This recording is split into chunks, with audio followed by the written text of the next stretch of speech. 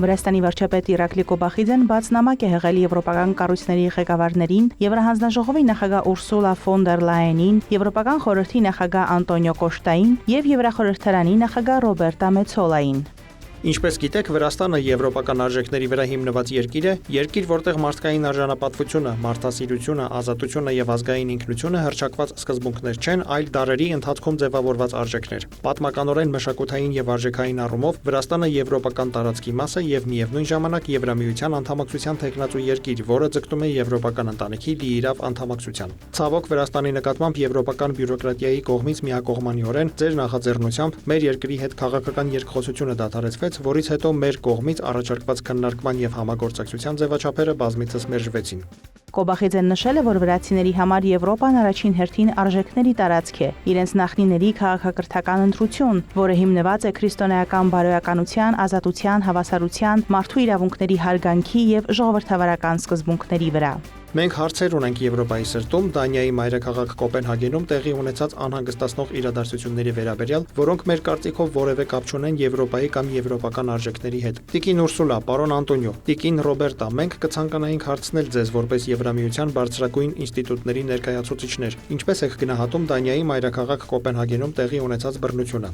Ինչ պատահեց, երբ խաղաղ ցուցարարներին նախ մահակներով ծեծեցին, ապա նրանց դեմ շներ օգտագործեցին։ Կոբախիձեն հավելել է, որ ստեղծված իրավիճակը վտանգ է ներկայացնում, որ Եվրոպան կարող է դառնալ չափանիշ ոչ թե այս արժեքների պաշտպանության, այլ դրանց անտեսման եւ կոպիտ խախտման համար։ Ցավալի եւ մտահոգիչ փաստ է, որ այսօր Եվրամիությունը հաճախ անտեսում է հասարակական, բնական, մշակութային եւ պատմական հիմքերը։ Կա զգացողություն, որ եվրոպական տարածքը աստիճանաբար հեռանում է այն սկզբունքներից, որոնք այն դարձրել են ժողովրդավարության եւ մարդու իրավունքների խորհրդանիշ աշխարհում։ Կոբախիձեն իր բաց նամակն ավարտել է հասցեատերերին ուղղված բազմաթիվ հարցերով, որն է Եվրամիության ծրագիրը, ինչ ուղղությամբ են զարգանում իրադարձությունները միության ներսում եւ որն է լինելու այս անհանգստացնող գործընթացների վերջնական արդյունքը։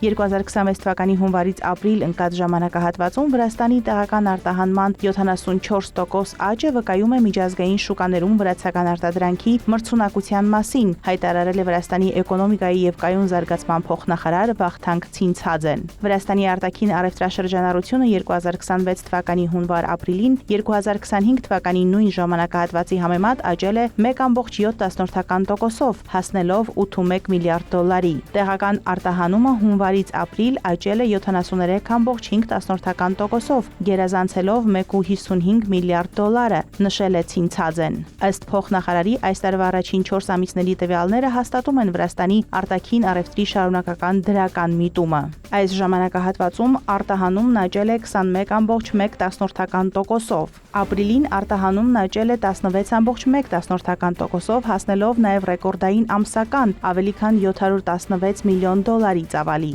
Մեր նպատակն ու խնդիրն է առավելագույնս խթանել երկրում տեղական արտադրության զարգացումը։ Այս առումով Վրաստանի կառավարությունը մի շարք քայլեր է ձեռնարկում տեղական արտադրանքի մրցունակության բարձրացման ուղղությամբ։ Ցինցաձեի խոսքով այս ամենը ստեղծում է հավելյալ արժեք եւ նոր աշխատատեղեր, ինչն ինքնին դրական ազդեցություն ունի երկրի ընդհանուր տնտեսական զարգացման վրա։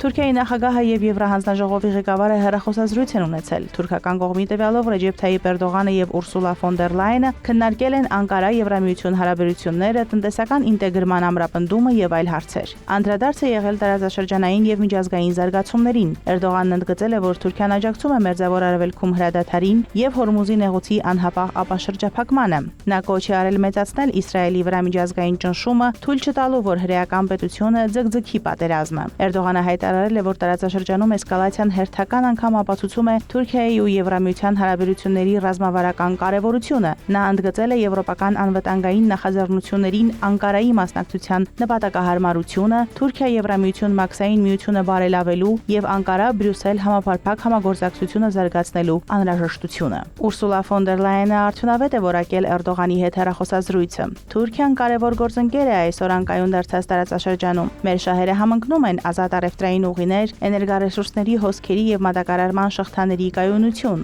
գրել է Եվրահանձնաժողովի նախագահը X-ի իր էջում։ Լայնը շեշտել է, Եվրամիությունը գնահատում է Թուրքիայի ջանքերը աջակցելու Իրանի շուրջ դիվանագիտական կարգավորմանը։ Նա տեղեկացրել է, որ Էրդողանի հետ քննարկել են նաեւ իրավիճակը Միջերկրական ծովի արևելյան հատվածում եւ Կիպրոսի հարցը։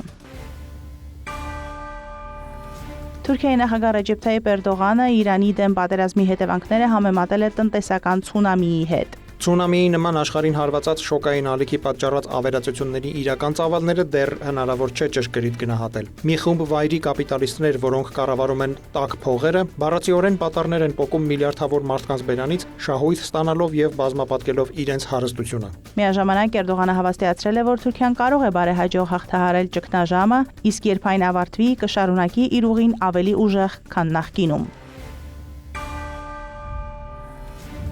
Թուրքիայի արտաքին գործերի նախարար Հաքան Ֆիդանը հեռախոսազրույց է ունեցել Կատարի վարչապետ եւ արտաքին գործերի նախարար Շեյխ Մոհամմեդ բին Աբդուլռահման Ալ-Թանիի հետ։ Քննարկել են Միացյալ Նահանգների եւ Իրանի միջև հրադադարից հետո լարվածության նվազեցմանն ուղղված ջանքերը։ Կողմերը նաեւ խոսել են տարածաշրջանային զարգացումների մասին, առանձնահատուկ ուշադրություն դարձնելով Միացյալ Նահանգների եւ Իրանի միջև հրադադարի պահպանմանն ու տարածաշրջանում կայունության ապահովման հարցերին։ Հեռախոսազրույցի ընթացքում անդրադարձ է կատարվել նաեւ Մերձավոր Արևելքում անվտանգության իրավիճակին եւ դիվանագիտական ջանքերի ակտիվացման անհրաժեշտությանը։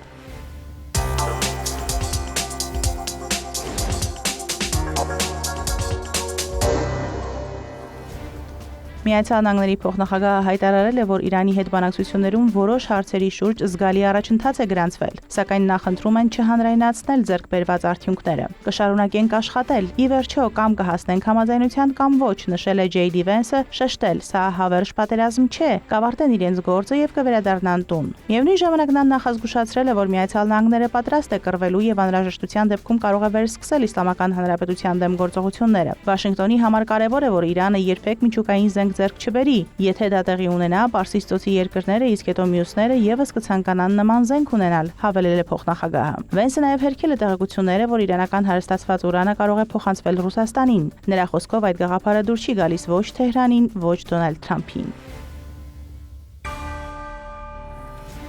Միացյալ Նահանգների Սենատը հավանություն է տվել նախագահ Թրամփի ռազմական լիազորությունները սահմանափակող օրինագծին, հաղորդում է CNN հեռուստաալիքը։ Իրանի դեմ հետագա ցանկացած ռազմական գործողություն պարտադիր կերպով պետք է ներկայացվի կոնգրեսի հաստատմանը, ասված է հրապարակման մեջ։ Հեռուստաալիքի տեղեկություններով նախաձեռնությանն աջակցել է 50 սենատոր, 47-ը դեմ են արտահայտվել։ Նշվում է, որ օրինագծի ընդունման օգտին քվեարկել են դեմոկրատների մեծամասնությունը եւ 4 հանրապետական, իսկ դեմ հանրապետական կուսակցության ներկայացուցիչների մեծամասնությունը եւ 1 դեմոկրատ սենատոր։ Միացյալ Նահանգների նախագահ Դոնալդ Թրամփը հայտարարել է, որ Միացյալ Նահանգներն արագ կավարտի Իրանի հետ պատերազմը։ Կարծում եմ, մենք սա շատ արագ կավարտենք եւ նրանք միջուկային զենք չեն ունենա, ասել է նա, ելույթ ունենալով կոնգրեսի անդամների համար կազմակերպված հավաքույթի ժամանակ։ Բացի այդ, Թրամփը հույս է հայտնել, որ Թեհրանն ու Վաշինգտոնը կկարողանան ամեն ինչ լուծել շատ լավ կերպով։ Միացյալ Նահանգների կոնգրեսի որոշմանն անդրադարձել է Իրանի արտգործնախարար Աբբաս Արաղչին։ Նա նշել է, որ Իրանի հետ պատերազմի սկսվելուց մի քանի ամիս անց Միացյալ Նահանգների կոնգրեսն ընդունել է միլիարդավոր դոլարների արժողությամբ տասնյակ ինքնաթիռների կորստի փաստը։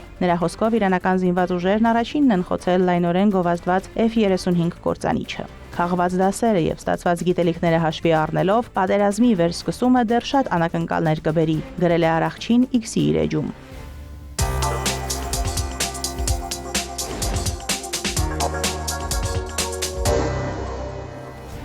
Ադրբեջանի նախագահ Իլհամ Ալիևը հայտարարել է, որ Հորմուզի նեղուցում ճգնաժամը չի ազդել Ադրբեջանի վրա նավթի մատակարարումների շղթայի տեսանկյունից։ Այդ մասին Ալիևն ասել է Euronews-ին տված հարցազրույցում։ Ճգնաժամը մեզ չի առնչվել մատակարարումների շղթաների առումով, քանի որ էներգակիրների, մատակարարումների եւ երթուղիների դիվերսիֆիկացման մեր քաղաքականությունը նոր չէ։ Մենք այն վարում ենք երկար տարիներ եւ մեզ հաջողվել է մեր գործընկերների ու հարևանների հետ միասին ձևավորել մատակարարումների դիվերսիֆիկացված շղթա։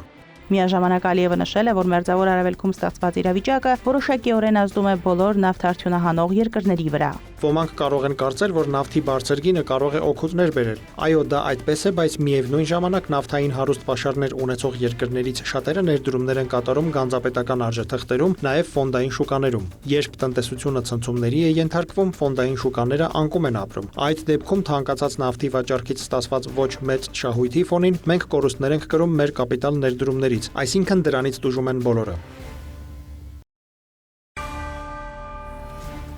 Ադրբեջանի եւ Հայաստանի միջև սկսված կարգավորման գործընթացը ամուր հիմք է ստեղծում տարածաշրջանային ինտեգրման ու փոխշահավետ գործակցության համար։ Այս գործընթացը կարևոր քայլ է խաղաղության ամրապնդման եւ տնտեսական կապերի զարգացման ճանապարհին։ Այս մասին հայտարարել է Ադրբեջանի արտաքին գործերի նախարար Ջեյհուն Բայրամովը, ելույթ ունենալով Բաքվում համաշխարհային քաղաքային համաժողովի 13-րդ նստաշրջանի շրջանակում անցկացվող «Քաղաքները փոխկապակցվածության կենտրոնում քաղաքային վերականգնում եւ տարածաշրջանային համագործակցություն» խորագրով միջոցառմանը։ Բայրամովի խոսքով Ադրբեջանն անկեղծորեն շահագրգռված է տարածաշրջանում հակամարտության էջը փակելու հարցում։ Նա նաև հայտարարել է, որ 2025 թվականի օգոստոսին ստորագրված Վաշինգտոնյան հռչակագիրը հիմք է դրել TRIP նախագծին, որը ոչ միայն անխափան մուլտիմոդալ կապ կապահովի Ադրբեջանի հիմնական տարածքի եւ Նախիջևանի ինքնավար հանրապետության միջև, այլև երկաթուղիների, ավտոմայրուղիների, էներգետիկ խողովակաշարերի, էլեկտրահաղորդման գծերի եւ օպտիկամանրաթելային կաբելների միջոցով նոր ռազմավարական երթուղի կստեղծի Ասիայի եւ Եվրոպայի միջև։